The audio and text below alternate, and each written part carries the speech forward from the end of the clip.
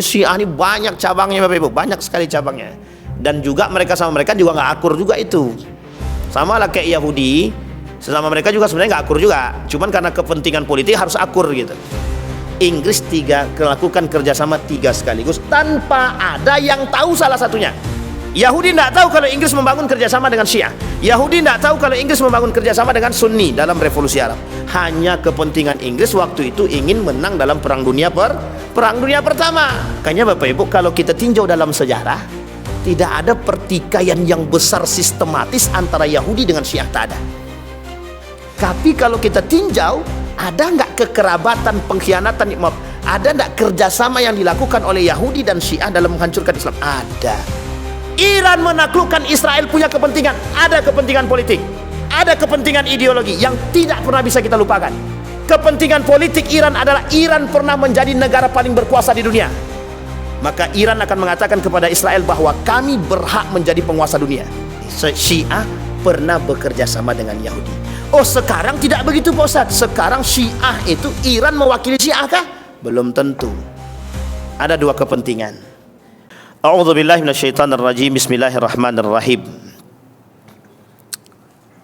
Wa dakhala al-madinata 'ala hinin ghaflatin min ahliha fawajada fiha rajulaini yaqtatilani hadha min syi'atin aw hadha min syi'atihi wa hadha min aduwwihi fastaghathahu alladhi min syi'atihi 'ala alladhi min aduwwihi fawakazahu Musa faqad alaih qala hadha min amali syaitan innahu aduwwum mudillum mubin.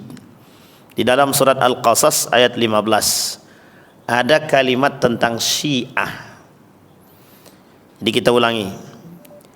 Di dalam ayat tersebut, fawajada fiha rajulaini yaqtatilani hadza min syi'atihi wa hadza min aduwwihi fastaghathahu alladhi min syi'atihi 'ala alladhi min aduwwihi fawakazahu Musa wa qada alaih.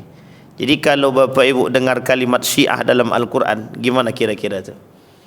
Kira-kira dia baik apa tak baik? Kira-kira ini ada kalimat Syiah dalam Al-Quran ini, baik apa tak baik? Jadi Bapak Ibu, ada buku judul buku itu Mazhab, bukan sekedar mazhab, heterodoks, mazhab Syiah, oposisi, mazhab oposisi dan Syiah, namanya heterodoks. Jadi dalam buku tersebut membahas ada kalimat di dalam Al-Quran, ada 2 ayat di dalam Al-Quran itu yang ada kalimat Syiahnya, sehingga oleh kelompok Syiah itu ada loh kalimat Syiah dalam Al-Quran gitu. Sampai sini paham ya Bapak? Ada loh kalimat Syiah dalam Al-Quran. Berarti kalau ada kalimat Syiah dalam Al-Quran berarti kelompok ini kuat, diakui. Nah, itu bahasanya. Ini legalitas. Kalau bahasanya legal standing lah gitu. Kalimat itu dalam Al-Quran. Tapi coba kita lihat pandangan para ulama tentang kalimat tersebut. Kita ambil dalam kitabnya Tafsir Al-Misbah, Tafsir Al-Munir karangan Wahb Az-Zuhaili. Baru kita rujuk kepada karangan Al-Maraghi. Makna Syiah dalam kalimat tersebut yang tadi kita baca dalam surat Al-Qasas ayat 15 itu, ada kalimatnya syi'atun au min syi'atihi. Kata para ulama maknanya itu kelompok. Maknanya kelompok. Setidaknya klasifikasi makna di dalam Al-Quran menurut para ulama ada 4.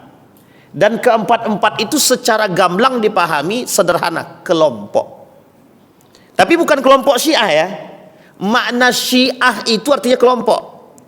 Maka dikatakan hadza min syi'atihi wa hadza min aduwwihi. Ini berada dari kelompok yang satu berada dari kelompok musuh yang satu gitu. Sampai sini paham ya? Jadi makna Syiah dalam konteks ini adalah kelompok, bukan keyakinan. Ada makna yang ketiga di antara 4 makna tersebut, konotatifnya negatif. Jadi ketika dirujuk kalimat tersebut konotatifnya negatif kata para ulama. Tapi 3 diantaranya bermakna umum, artinya kelompok, bagian. Jadi sebenarnya ini bukan menunjukkan dalil akan adanya Syiah dalam Al-Quran. Karena memang kalimat Syiah itu bukan di dalam Al-Quran itu berartikan kelompok saja. Itu disepakati oleh para ulama. Wahb Az-Zuhaili, Ibnu Katsir, Jalalain, Muraghi, Al-Maraghi, Imam Nawawi Al-Bantani memaknai kalimat Syiah dalam Al-Quran tersebut adalah kelompok.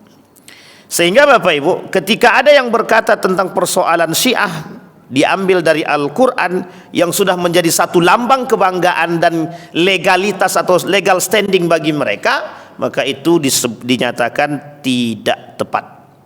Baik, judul kita ini memang agak-agak aneh sedikit, karena Syiah versus Yahudi. Saya sebenarnya pun bingung juga Syiah versus Yahudi ini. Tapi ini sebenarnya Bapak Ibu, ini cuma memberikan gambar kepada kita tentang sejarah. Saya sampaikan sejarahnya Bapak Ibu. Yang pertama, Syiah itu kita mulai dulu. Ini mesti yang dimaksud, yang membuat judul nih, Syiah Iran dan Syiah Irak, serta sebagian kecil daripada Suriah. Oke? Syiah Iran, Syiah Irak, dan sebagian daripada Syiahnya Suriah. Nah, nanti di situ ada kelompok yang disebut dengan Dazel atau Drazel, itu kelompoknya. Jadi ini sejarah. Nah, sekarang kita lihat dulu sejarahnya. Sejarah Syiah kan sudah kita sampaikan di sini. Sudah di sini, ini masjid pertama sekali setelah hilangnya Ustadz Roni Chandra tentang Syiah, pertama kali baru dibahas lagi Syiah di sini. Secara sejarah, Syiah itu jelas munculnya di Irak. Munculnya di Irak. Deklarasinya pada masa Abbasiyah, bukan Umayyah. Deklarasi kesyiahan dia itu pada masa daulah atau dinasti Abbasiyah. Syiah ini mengakui kelompok sebagai kelompok pengikut Ali karena kecintaan. Sehingga kata para ulama merujuk kepada makna Syiah yang dimaksud itu ditambah, dia awal dalam kalimat Al-Quran itu syiatihi, oleh orang-orang Syiah dan ulama Syiah, ditambah alif dan lam belakangnya, jadi asyi'i. Sampai sini paham ya? Jadi ditambah alif dan lam. Ketika ditambah alif dan lam di depan, penunjukannya taksis, khusus, sehingga pengkhususannya kepada Ali. Nah, itu dalam buku tersebut yang kita baca, yang tadi saya sampaikan. Jadi taksisnya kalimat dengan tambahan alif dan lam itu menurut ulamanya Syiah itu merujuk kepada Ali bin Abi Thalib. Nah, saya yakin Bapak Ibu semua, kenapa mereka berpaham pada Imam 12 belum ada yang paham kan? Jadi begini, satu ketika seorang ulama dari kelompok Syiah Irak ini pernah bermimpi. Jadi bermimpi dia pakai namanya surban, dan surban tersebut dilipatkan di kepala dia. Dan lipatan surban di kepala itu sebanyak 12. Sehingga ternyata dalam sejarah kenapa ambil Imam 12 itu, oleh ulamanya Syiah itu yang kental dengan kesyiahannya itu ternyata menganggap paham kepala yang tadi lingkaran 12 tadi adalah Imam 12. Nah, ini sejarah muncul caci maki nanti itu. Ini sejarah muncul. Baik. Nah, kita lihat, kita sampaikan sejarah secara gamblang saja. Jadi Ali berseteru dengan Muawiyah, ada kelompok yang mencinta, ada yang keluar. Yang mencintai kelak dinasti Abbasiyah disebut sebagai Syiah. Dalam yang lain disebut dengan Khawarij. Pada dinasti Umayyah ada dia kelompok ini pencinta Ali bin Abi Thalib, ada berseteru juga. Mereka tidak mau bergabung dengan kelompoknya Muawiyah, meskipun mereka di Irak atau di Kufah ketika itu berada, mau tidak mau tetap berada naungan Muawiyah, tapi tidak semuanya mengakui berbaiat kepada Muawiyah. Yang kedua, dinasti Abbasiyah deklarasi secara resmi, nahnu Syi'i, kami Syiah. Waktu ini, pada masa ini belum ada penyelewengan secara drastis daripada paham Syiah itu sendiri. Dan belum ada Imam 12 di sini, belum ada. Imam 12 pada masa ini belum ada. Singkat cerita, dalam sejarah perubahan ini terus terjadi, muncullah kemudian dinasti Turki Utsmani. Setelah Andalusia, Mongol, Utsman, Granada ya, Utsmani ya, muncul. Namanya dinasti atau kerajaan Turki Utsmani. Kerajaan Turki Utsmani dalam masa ini muncul yang disebut dengan kelompok Sufi. Kelompok Sufi ini dalam sejarahnya itu diarahkan pada dua tempat. Satu Persia, satu lagi Turki itu sendiri. Satu Persia, satu lagi Turki itu sendiri. Maka kalau Bapak Ibu ke Turki, ada namanya orang-orang yang joget keliling. Tahu ya? Karena itu bahasa mereka, cara mereka merefleksikan rasa cinta sehingga ada jogetnya begitu. Jadi dalam lingkaran mereka berjoget itu ada solawatnya dan zikirnya gitu. Satu. Yang kedua, Persia. Kenapa Persia? Persia ini itu tempat yang terkenal dengan munculnya kelompok-kelompok yang disebut dengan Sufi. Kenapa demikian? Mengaku sebagai pengikutnya Ali bin Abi Thalib. Sehingga mohon maaf, dalam kelompok Syiah dan orang-orang tasawuf dan Sufi itu sebenarnya Ali bin Abi Thalib adalah orang yang tertinggi dalam tingkat kesufiannya setelah Abu Bakr Siddiq. Jadi tingkat tasawuf tertinggi itu Ali bin Abi Thalib setelah Abu Bakar Siddiq, pokoknya di luar baginda Nabi, di kalangan para sahabat. Sehingga kalau orang merujuk kesufian itu tengok Abu Bakar, setelah tengok Abu Bakar tengok Ali bin Abi Thalib. Gitu dia. Maka ulama-ulama Persia itu banyak dia mengacu kepada Ali bin Abi Thalib, karena Persia itu sebagian ke mayoritas mereka adalah pengikut daripada Ali bin Abi Thalib yang notabene kelak disebut dengan Syiah itu. Nah sekarang Bapak Ibu, ketika di masa Turki Utsmani ada namanya dinasti Safawiyah. Dinasti Safawiyah ini Bapak Ibu adalah dinasti yang pertama yang merubah nama Iran, nama Persia jadi Iran. Jadi Iran ini diambil dari nama kelompok asli orang pribumi, namanya Arya. Tahu Arya? Nama orang pribumi asli Persia itu adalah Arya. Sehingga dikembalikanlah oleh mereka. Tahu Bapak Ibu siapa tukang kembali ini? Reza Pahlavi. Bukan Reza Pahlavinya, bapaknya Reza Pahlavi, yang pertama sekali melakukan penggulingan terhadap kerajaan Safawiyah. Jadi nanti sejarah ini memang panjang sekali. Ini kalau sebut sejarah ya. Jadi dinasti Safawiyah ini ada raja sebelum terakhir itu namanya Sulaiman. Nah raja terakhir ini Sulaiman ini dari masanya Safawiyah itu sebelum Safawiyah itu datang, jadi Irak ini Iran ini itu tidaklah Syiah, tapi Ahlus Sunnah wal Jamaah. Jadi ini gini Bapak Ibu, ini ada gap namanya history gap. Jadi kesenjangan dalam sejarah. Dalam sejarah Islam itu Renaissance itu gini. Ada namanya perkembangan Islam. Dalam sejarah umat muslim, dalam sejarah perkembangan ilmu pengetahuan, ada namanya Renaissance dalam Islam itu. Tempat tumbuhnya Islam. Tempat tumbuhnya Islam itu tiga yang paling berpengaruh dan paling nampak.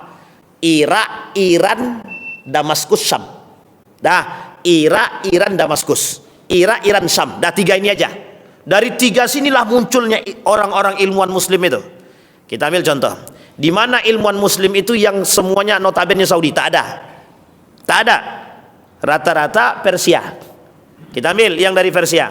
At-Turmuzi, Persia. Al-Bukhari, Persia. Khurasan, Imam Al-Ghazali, Persia. Tidak ada yang Saudi Arabia di situ. Coba cari, tidak ada itu Saudi Arabia tuh. Muslim. Orang-orang itu pokoknya dari bagian tiga negara tadi. Syam, Damaskusnya, Irak, Iran, semua dari situ. Maka disebutlah ketika itu Renaissance itu kebangkitan itu memang dari timur. Kebangkitan Islam dari timur. Cuma oleh orientalis diselewengkan. Bagaimana cara menyelewengkannya?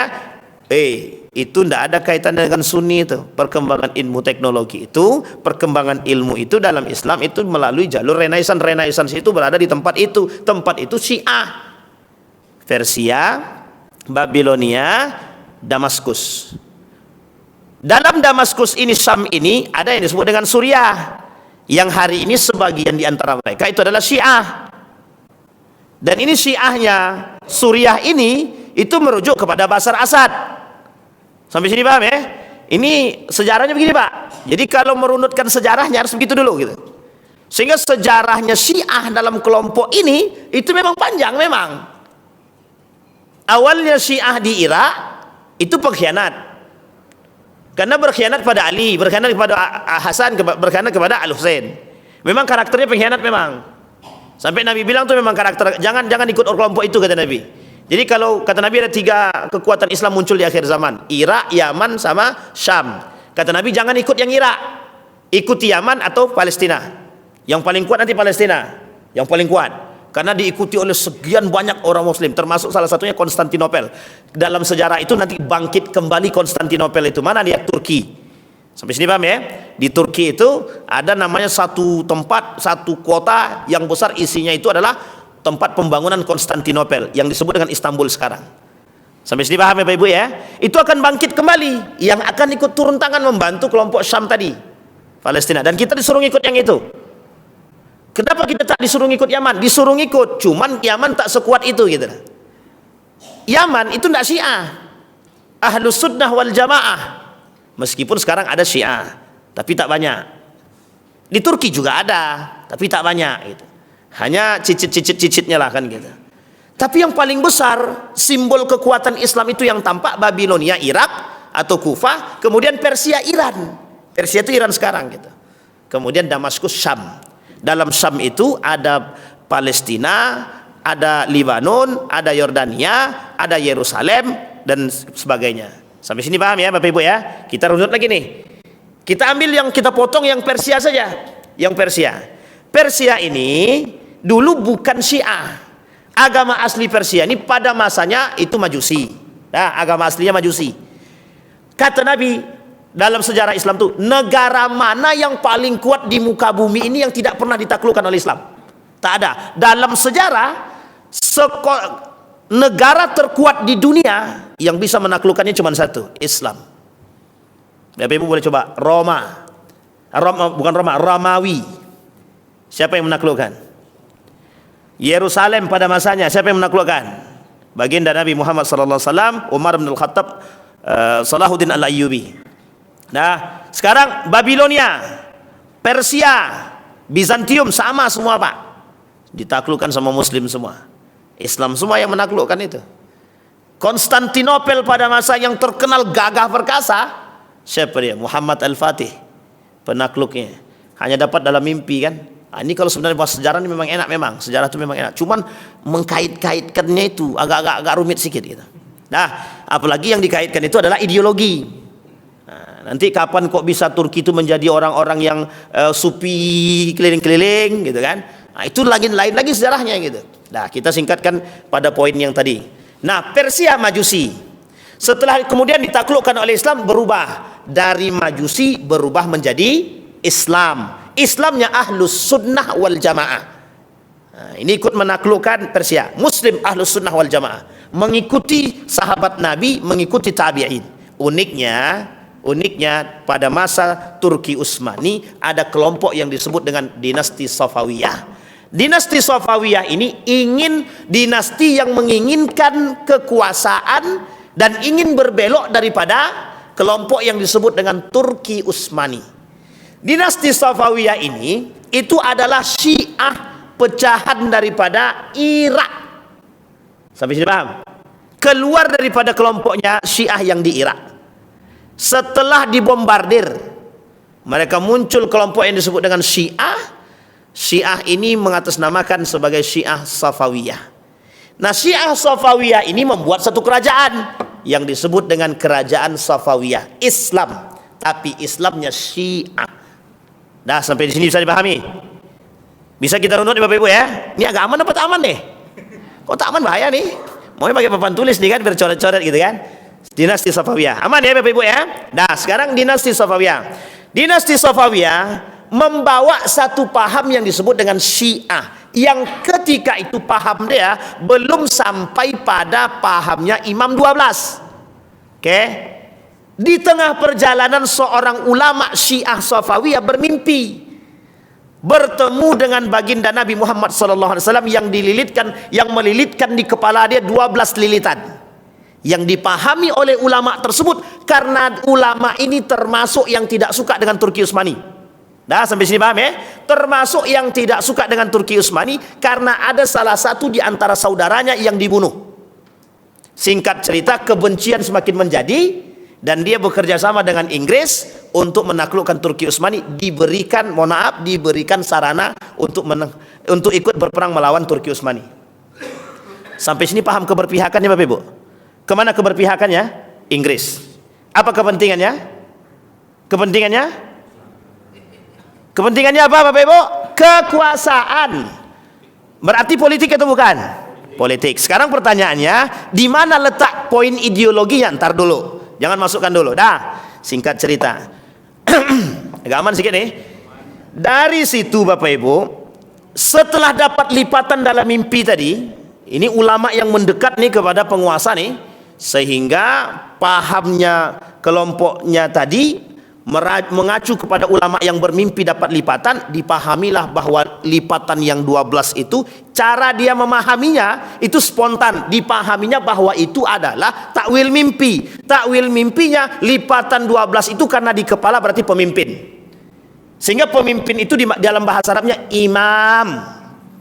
Maka diambillah kalimat itu imam, karena dia lipatannya 12 disebutlah lipatan 12. Sampai sini paham? Lipatan 12 itu dimulai dari siapa? Ali bin Abi Thalib.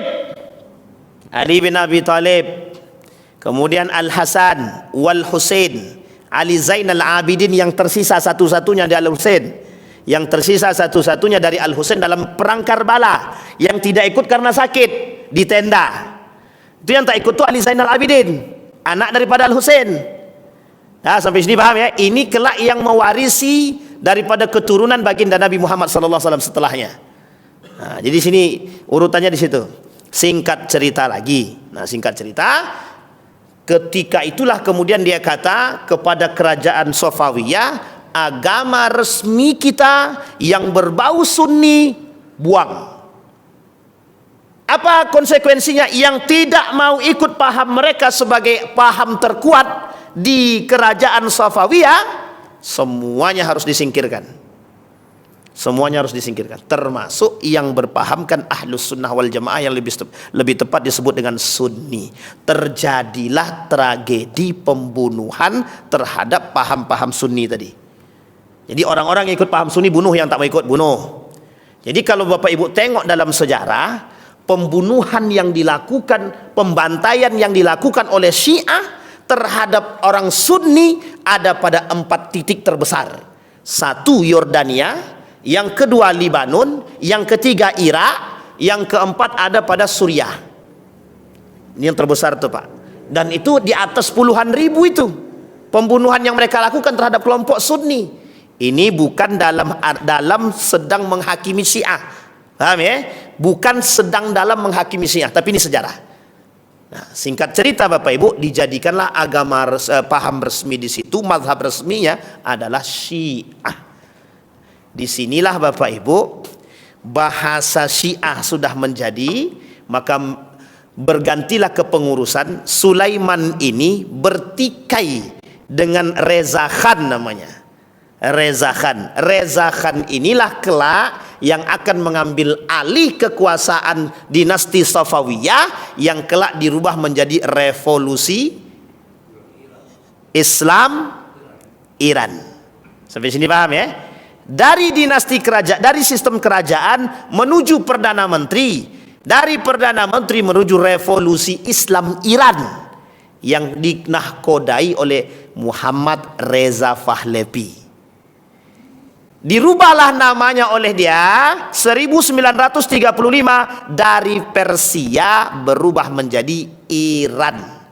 Diambil dari orang asli pribumi, oleh Reza Pahlavi dianggap dia adalah orang asli pribumi. Asli pribumi Persia itu nama kelompoknya Arya. Apa namanya Bapak Ibu? Arya. Sehingga Arya ini disebutlah Iran. Panggilan Iran itu diambil dari nama Arya tersebut. Artinya dia, Reza Pahlavi kata, kalau Persia orang tidak kenal asli pribumi. Kalau bahasa lainnya begini, apa namanya ya, mengangkat local wisdom. Nah, kalau bahasa lainnya local wisdom lah, mengangkat budaya lokal biar orang kenal. Sebenarnya bukan itu. Sebenarnya bukan itu. Ketidaksukaan Reza Pahlavi terhadap komunitas yang disebut dengan dinasti Safawiyah. Sampai sini paham ya Bapak Ibu ya? Reza Pahlavi bukan bagian daripada dinasti Safawiyah. Sekarang kita lihat, apakah Iran itu Syiah dan apakah Syiah itu Iran? Dari pemaparan saya dari awal sampai sekarang, Bapak Ibu bisa paham atau tidak? Apakah Syiah itu Iran dan apakah Iran itu Syiah? Kira-kira sudah bisa dipahami? Sekarang saya tanya dulu. Ini jangan diam aja Bapak Ibu. Apakah Syiah itu Iran? Iya apa tidak? Apakah Syiah itu Iran? Tidak. Apakah Iran itu Syiah? Iya apa tidak? Oke, kita luruskan. Iran itu Syiah karena mazhab resminya Syiah. Sudah didaulat oleh kerajaan dinasti Safawiyah bahwa mazhab resmi kita dibuanglah dinasti orang-orang ahlus sunnah wal jamaah, masuklah sistem mazhab resmi dia dipengaruhi oleh ulama yang tadi dalam mimpi tadi namanya Syiah. Jadi Syiah itu belum tentu Iran, Iran itu mesti Syiah. Sampai sini paham ya? Yang dimaksud Iran itu mesti Syiah, mayoritas mazhab yang tertinggi di situ adalah Syiah. Adakah Sunni di Iran itu? Ada sebagian kecil. Yang lain apa? Ada Yahudinya. Ada Yahudinya. Maka disebutlah Iran itu sebagian besar Iran tersebut adalah Syiah. Tapi Syiah itu belum tentu Iran. Karena Syiah itu ada di Irak, ada di Iran, ada di Suriah. Besarnya, yang paling besar. Ada di Iran, ada di Irak, ada di Suriah. Besarnya. Dan itu masuk dalam lingkaran perbatasan. Yang hari ini bercokak dia antara Israel dengan Suriah. Nah, ini poinnya penting di sini. Nah, di dalam Suriah ini, di Suriah ini ada kelompok Syiahnya Bashar Assad yang sebenarnya mereka ini masih mau Bashar Assad itu jadi presiden. Ada sebab? Ada. Apa sebabnya? Karena Bashar Assad ini bagian daripada mereka. Tapi uniknya paham Syiahnya Bashar Assad ini agak sedikit berbeda dengan paham Syiah yang lain. Hampir sama pahamnya dengan dinasti Safawiyah. Hampir sama. Apa paham kesamaan dia? Bashar Assad yang sudah jadi militer tidak usah sholat. Sama orang-orang yang menjadi panglima perangnya dinasti Safawiyah tidak usah sholat. Sampai sini paham ya? Nah, jadi ada kesamaan sebenarnya.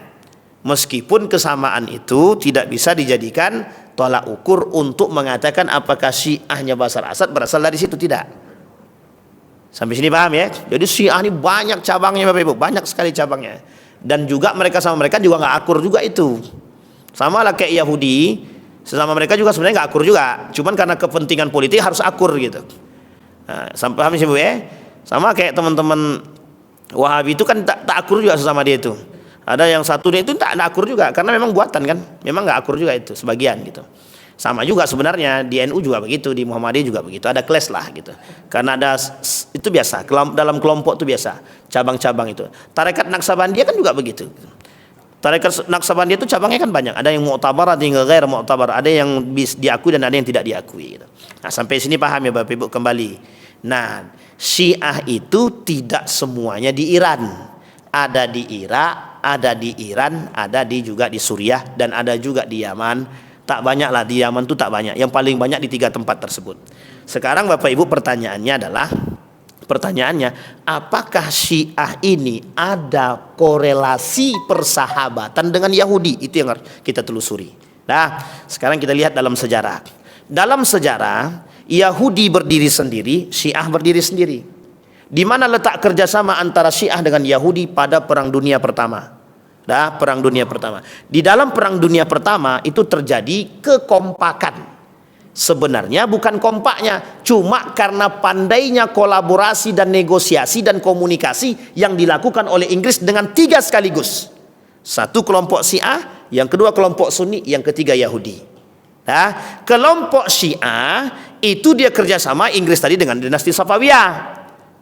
Yang kedua, Inggris ini kerjasama dengan Ahlus Sunnah dalam revolusi Arab. Yang ketiga, Inggris kerjasama dengan Yahudi untuk mengambil tempat yang ada di Palestina. Janjinya terhadap Yahudi, kalau Yahudi mau bantu Inggris dalam Perang Dunia Pertama ini, maka silahkan ambil tempat yang ada di Palestina. Oke, Yerusalem. Begitu juga yang dikatakan oleh Syiah terhadap kelompok Yahudi. Oke, sampai sini. Dan Syiah pernah ingin menaklukkan Palestina pada masanya. Kapan itu? Ketika Persia menaklukkan Babilonia. Ketika Persia menjadi negara paling berkuasa, ketika menaklukkan Babilonia, Persia ketika itu mengambil bagian terbesar di Palestina, Yerusalem itu.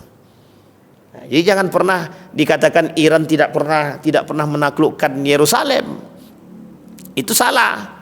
Karena memang pada masanya dalam sejarah begitu. Singkat cerita, Inggris melakukan kerjasama 3 sekaligus tanpa ada yang tahu salah satunya. Yahudi tidak tahu kalau Inggris membangun kerjasama dengan Syiah. Yahudi tidak tahu kalau Inggris membangun kerjasama dengan Sunni dalam revolusi Arab.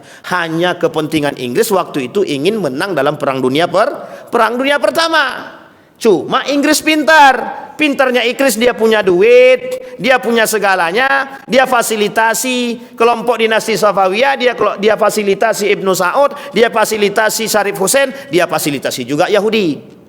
Sampai sini paham ya?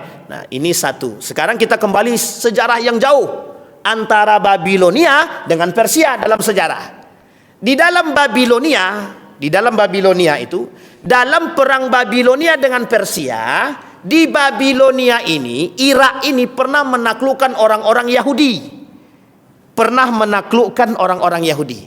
Setelah orang Yahudi ditaklukkan oleh Babilonia Irak, orang-orang Yahudi tadi yang mau mendedikasikan diri mereka ke Babilonia diberikan tempat.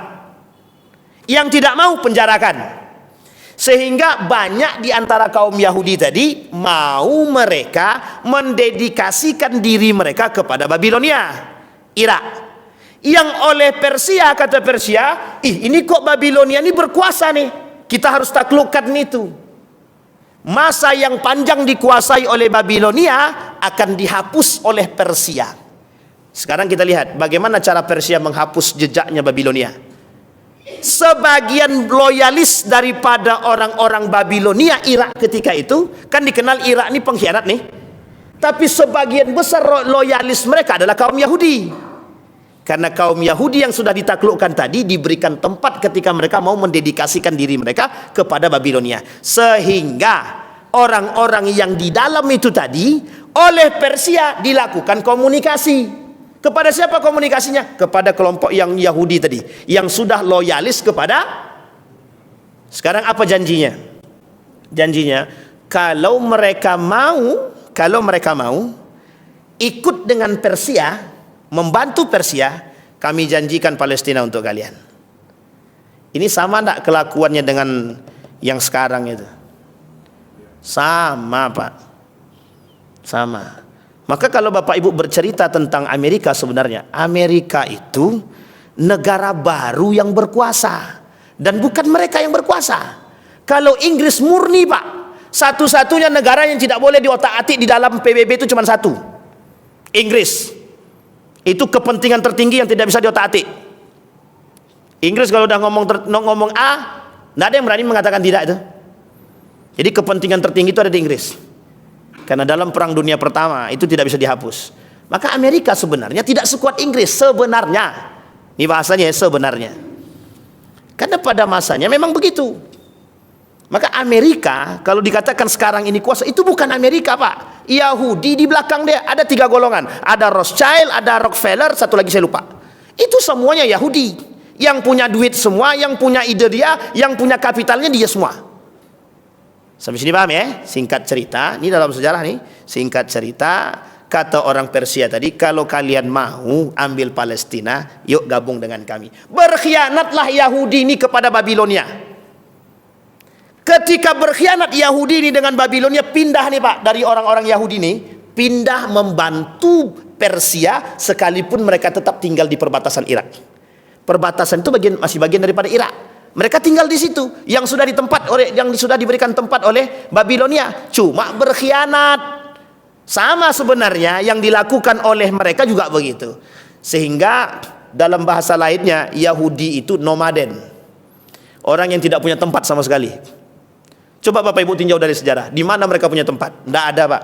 Setelah mereka pindah dari Palestina, dari tempat mereka ke Mesir, dari Nabi Yakub alaihissalam ke Nabi Yusuf. Semenjak itu, di mana letak tempat tinggal mereka? Tidak ada, Pak. Apa pernah Yahudi punya tempat? Tidak pernah. Yang punya tempat itu Bani Israel, bukan Yahudi. Dalam sejarah tak ada, Yahudi itu tak punya tempat. Maka disebutkan Yahudi itu nomaden, tidak punya tempat dia. Orang yang berpindah, kelompok-kelompok yang berpindah tapi jadi benalu. Setiap di mana tinggal, di situ dia menghancurkan orang. Jadi itu karakter Yahudi memang. Uniknya, mereka tidak pernah bersiteru dengan Syiah. Makanya Bapak Ibu, kalau kita tinjau dalam sejarah, tidak ada pertikaian yang besar sistematis antara Yahudi dengan Syiah, tak ada. Tapi kalau kita tinjau, ada nggak kekerabatan, pengkhianatan, ada nggak kerjasama yang dilakukan oleh Yahudi dan Syiah dalam menghancurkan Islam? Ada. Maka muncul satu buku judulnya Zionis dan Syiah bersatu menghantam Islam. Ini tidak ada kaitannya dengan mengendorkan semangat Iran untuk membombardir Israel ya. Tapi ini dalam sejarah begitu. Sehingga kalau Bapak Ibu klik aja di Google itu pengkhianatan Syiah, itu keluar semuanya itu. Apalagi sekarang nih, hey AI, Artificial Intelligence, tolong cari tahu tentang pengkhianatan Syiah. Keluar semua itu. Yang sifatnya dulu rahasia, sekarang udah muncul semua, Pak. Sampai sini paham Bapak Ibu? Maka dalam sejarah tidak ada yang namanya pergesekan antara Yahudi dengan Syiah secara sistematis. Karena ketika itu Syiah belum ada. Ketika itu hanya Yahudi dengan kelompok Babilonia yang agamanya bukan Islam. Persia Majusi, Babilonia bukan Islam. Sampai sini paham ya Bapak Ibu ya? Singkat cerita, bergabunglah Yahudi ini tadi dengan orang-orang Persia. Ketika sudah gabung nih orang Yahudi dengan Persia ini udah gabung nih, berkhianatlah kepada Babilonia. Setelah berkhianat kepada Babilonia, dimenangkanlah oleh Persia, tumbanglah negara yang paling kuat ketika itu, berpindahlah sejarah kekuatan dunia dari Babilonia pindah ke Persia. Inilah sejarah kenapa Ali Khumaini bilang kami pernah menguasai dunia. Karena Syiah, orang-orang Iran punya mental menang dan punya mental perang. Harusnya kita yang Sunni ini juga sama, punya mental jihad. Cuma ke jihad kita sudah dikendorkan, jihad poligami kita semangat. Sampai sini paham Bapak Ibu? Loh, itu yang kita maksud. Jihad poligami kita semangat, jihad ambil kursi kita semangat. Giliran jihad mau perang, mundur semua. Jihad harta semangat Pak, yang dimasukkan dalam kotak infak 1000. Jihad boikot produk Israel semangat Pak, tapi yang tidak disukai ketika masuk Indomie lewat, sakit lidah ini Pak, tak bisa kami makan yang lain selain dari Indomie. Coba gimana maksud kita? Tapi Iran, nah ini pelajaran penting daripada Persia. Pelajaran penting, Persia, orang-orang asli pribumi itu paham betul bagaimana perjuangan Persia. Setiap tahun mereka peringati. Mereka dalam sejarah, boleh dicek sejarahnya Iran itu, boleh dicek, semua mereka dicekoki bagaimana semangat menjadi pejuang. Akhirnya boikot yang dilakukan atau blok yang dilakukan oleh Amerika terhadap Iran membuat mereka semakin cerdas, bukan semakin lemah. Bisa dibayangkan itu. Sekarang Amerika mau ngapain? 2 tahun yang lalu Amerika krisis gara-gara blokade Selat Hormuz. Siapa yang buat? Iran. Cuma gara-gara salah paham. Kata Iran, main-main loh, ditutupnya di bloknya Selat Hormuz itu Pak. Eropa langsung 1 bulan krisis moneter. Minta maaf Pak, cuman tak disampaikan dalam secara resmi. Minta maaf itu, karena malu kan, negara paling berkuasa kok minta maaf sama negara kecil gitu. Tapi sebenarnya di balik itu semua ada politik yang terjadi. Makanya Iran punya 2 model politik. Satu geopolitik, yang kedua namanya proxy war. Dia bermain dengan tangan yang lain, berperang dengan tangan yang lain, tapi dia tak main. Sekarang tidak, dia sama-sama main semua. Sekarang semua main-main semua tuh gitu. Makanya kenapa sekarang itu muncul persepsi di dunia ini. Di dunia, bukan kita ya, bukan hanya di Indonesia, tapi di dunia persepsinya satu saja. Mengapa Sunni mencela Syiah? Sampai sini paham ya? Mengapa Sunni mencela Syiah? Kan selama ini sudah kita lihat. Sekarang kita lihat mana yang paling kuat, Sunni atau Syiah? Orang begitu sekarang. Sekarang saya tanya, Sunni mangkat kepala apa tunduk begini? Itu masalah kita sekarang. Sampai sini paham ya Bapak Ibu ya? Kembali kepada poin. Singkat cerita Bapak Ibu, ketika Persia sudah diambil, orang Yahudi tadi sudah berhasil berkhianat kepada Babilonia, janji Persia tadi dipenuhi. Yang pertama dikasih tahu, sebagian di antara mereka diserahkanlah ke Yerusalem, diberikan tempat di Yerusalem. Sebagian lagi harus tinggal di situ, harus ikut bersama mereka karena mereka butuh orang-orang Yahudi. Dibuatkanlah tempat di Isfahan. Sampai sini paham? Sampailah mereka beranak pinak di sana, yang sekarang menjadi tempat yang namanya Isfahan itu hasil perjanjian Persia dengan kaum Yahudi sampai hari ini. Sekarang pertanyaan saya, mungkin tidak ya Syiah itu menghancurkan Yahudi? Mungkin apa tidak? Sekarang kita lihat, yang dihancurkan Iran itu Israel atau Yahudi? Israel atau Yahudi? Sekarang kita lihat dulu. Apa tuh? Boleh.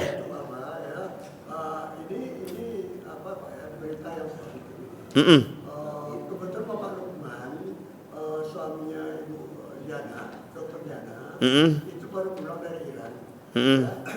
Ada kurang 3 bulan yang lalu lah. Dia pulang dia punya sempat sejarah ya, Benar. Kalau sekarang dia pergi di Iran itu 3 masjid. Ketika 3 masjid itu kita bersama semua. Baik. Itu yang dia bilang. Betul. Sekarang tuh memang menyerang Yahudi itu betul-betul. Contohnya dia diancam oleh Amerika, contohnya dia diancam Amerika, dilarang dia menyerang, tapi tetap sekarang menyerang. Baik. Nah, bahwa Iran menyerang Yahudi. Mungkin ada baiknya supaya tak salah, Bapak perginya ke Iran dulu. Bentar, salah. Bukan begitu. Ini belum selesai ini. Ini belum selesai. Tunggu selesai dulu lah. Sekarang kita garis bawahi dulu. Yang diserang itu Israel atau Yahudi? Kita pahamin dulu, Israel, Zionis, Yahudi itu 3-3-nya beda. Sampai sini paham ya? Nah, kita garis bawahi dulu. Kenapa saya bilang begitu? Sebenarnya kalau Syiah mau menghancurkan Yahudi, dia harus hancurkan dulu Isfahan. Kenapa Isfahan harus dihancurkan? Benih Yahudi di situ. Sampai sini paham ya? Bapak Ibu boleh cek, datanglah ke Isfahan itu. Datang ke Isfahan tuh, setiap tingkap itu sudah ada namanya bendera Yahudi semuanya. Setiap tiang itu sudah diberikan gambar Yahudi.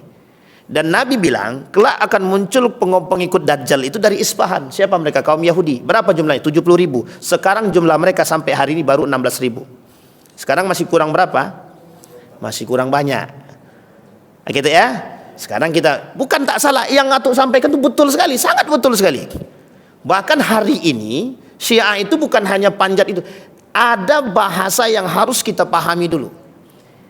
Kita sekarang ini tidak sedang melemahkan Iran dalam dan sedang tidak memutarbalikkan, sedang tidak mencuci pola pikir masyarakat Sunni untuk berseberangan dengan Syiah. Tidak. Kenapa saya katakan tidak? Karena kita perlu paham sejarah terlebih dahulu, biar kita tidak salah paham. Tapi pengkhianatan Syiah tidak pernah bisa kita lupakan dalam sejarah, tak pernah bisa. Tapi ini ada kaitannya kah dengan Syiah yang ada di Iran? Ntar dulu. Sampai sini paham itu ya? Jadi harus dipisahkan, Pak. Jadi ini tujuannya kita sejarah itu di situ, biar kita nggak salah paham. Israel sekarang itu tidak semuanya Zionis dan tidak semuanya Yahudi. Dah sampai sini paham ya Bapak Ibu ya? Yahudi itu tidak semuanya Israel. Setengah dari penduduk Eropa hari ini semuanya Yahudi, setengah. Buka sejarah. Cari data, setengah dari penduduk Eropa Yahudi semua. Kenapa saya berani katakan Yahudi semua? Mereka yang pertama sekali punya uang terbanyak di dunia dari Jerman. Yahudi Georgia. Bukan Yahudi Israel, bukan. Sekarang kita rujuk dulu. Zionis ini dibangun oleh seorang pemuda bernama Theodor Herzl. Theodor Herzl ini memanggil semua orang-orang berduit Eropa dari kalangan Yahudi masuk ke sini. Kita bangun satu kelompok namanya Zionis. Tujuannya mendirikan yang disebut dengan negara Yahudi. Kapan itu? Gara-gara Sultan Abdul Hamid menendang dia. Tak mau Sultan Abdul Hamid itu memberikan tempat bagi kaum Yahudi yang ada di sana. Ketika itu Israel sudah ada di sana, sudah, cuma tidak sekuat yang sekarang. Sampai sini paham ya Bapak Ibu ya? Sehingga kenapa saya katakan Yahudi itu nomaden? Karena Yahudi itu bukan dari cicitnya Bani Israel, bukan. Yahudi sekarang itu bukan dari cicitnya Bani Israel, tapi Yahudi sekarang Yahudi yang berkepentingan di bawah naungan Zionisme. Sampai sini paham itu ya? Jadi hanya untuk mengambil tanah saja. Nah, singkat cerita begini, singkat ceritanya, Israel sekarang itu tidak semuanya Zionis, tapi Zionis punya kepentingan. Apa kepentingan Zionis? Membangun negara Yahudi, namanya Yahudi State. Itulah kepentingan Zionis. Meskipun tidak semua orang Yahudi di muka bumi ini, tidak semua orang Yahudi itu adalah Zionis. Buktinya Perdana Menteri Israel sendiri itu bertolak belakang, bukan Perdana Menteri. Ada seorang Perdana Menteri Eropa bertolak belakang dengan kaum Yahudi Zionis, padahal dia orang Yahudi sendiri. Kenapa demikian? Karena ada perbedaan. Nah, sehingga yang ingin kita kerucuti sekarang ini, persoalannya adalah bukan hanya sekedar Yahudi dengan Israel. Bukan hanya Syiah dengan Yahudi. Sekarang itu Iran dengan Israel. Bukan Syiah dengan Yahudi, bisa dipahami. Tapi Syiah dengan Yahudi dalam sejarah itu punya kedekatan yang tidak pernah bisa kita lupakan.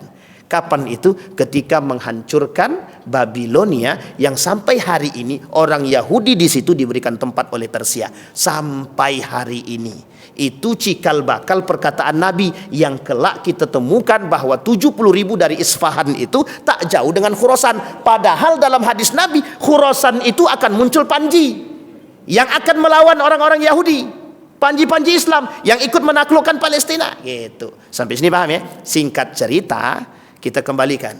Apakah ada perang antara Yahudi dengan Syiah? Tidak ada secara sistematis. Dalam kekerabatan, apakah ada kekerabatan? Banyak. Sekarang kita rujuk dalam pertanyaan yang satu tadi. Apakah Israel dengan Iran ini dalam perang Yahudi dan Syiah? Saya jawab. Tidak semuanya. Sampai sini paham Bapak Ibu ya? Tidak semuanya.